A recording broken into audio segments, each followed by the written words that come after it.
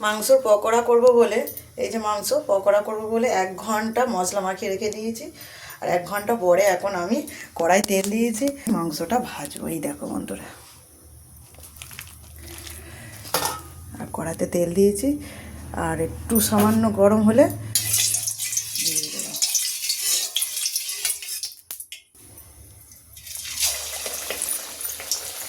এখন মাংসর পকোড়া খাওয়ার ইচ্ছা হয়েছে, তো মাংসর পকোড়া এখন করা হচ্ছে।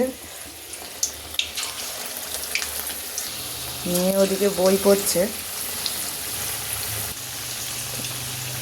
1 2 3 4 5 6 7 8টা, তো 8 পিস দিয়েছি পকোড়ার জন্য, হতে থাক। তো 1 পিট করে হয়ে গেছে, একটু পাল্টে দেবো।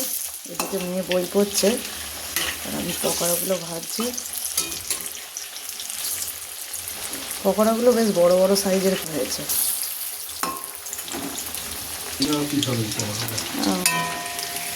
দেখো পকোড়াগুলো আমার ভাজা হয়ে গেছে, তো আমি এখন একটা একটা করে সব তুলে নেব।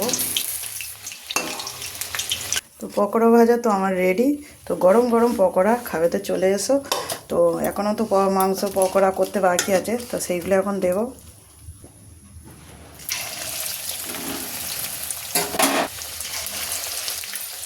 তো পকোড়া খাওয়ার লোক আমার চলে এসেছে। তো বাইরে থেকে কিনে খেতে বললাম, বললো না ঘরের টেস্ট আলাদা, আর সলিড মাংসের পকোড়া হয়।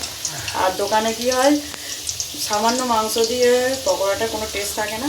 তাই বাড়িতে গরম গরম পকোড়া করলাম, খাবে তো চলে এসো বন্ধুরা। গুড নাইট বন্ধুরা।